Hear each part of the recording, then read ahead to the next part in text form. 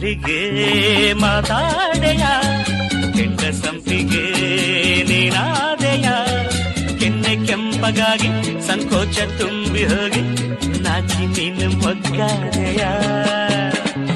ದುಂಡು ಮಲ್ಲಿಗೆ ಮಾತಾಡೆಯ ಕೆಂಡ ಸಂಪಿಗೆ ನೀನಾದೆಯ ಕೆನ್ನೆ ಕೆಂಪಗಾಗಿ ಸಂಕೋಚ ತುಂಬಿ ಹೋಗಿ ನಾಚಿ ನೀನು ಮೊಗ್ಗಾದೆಯ ದುಂಡು ಮಲ್ಲಿಗೆ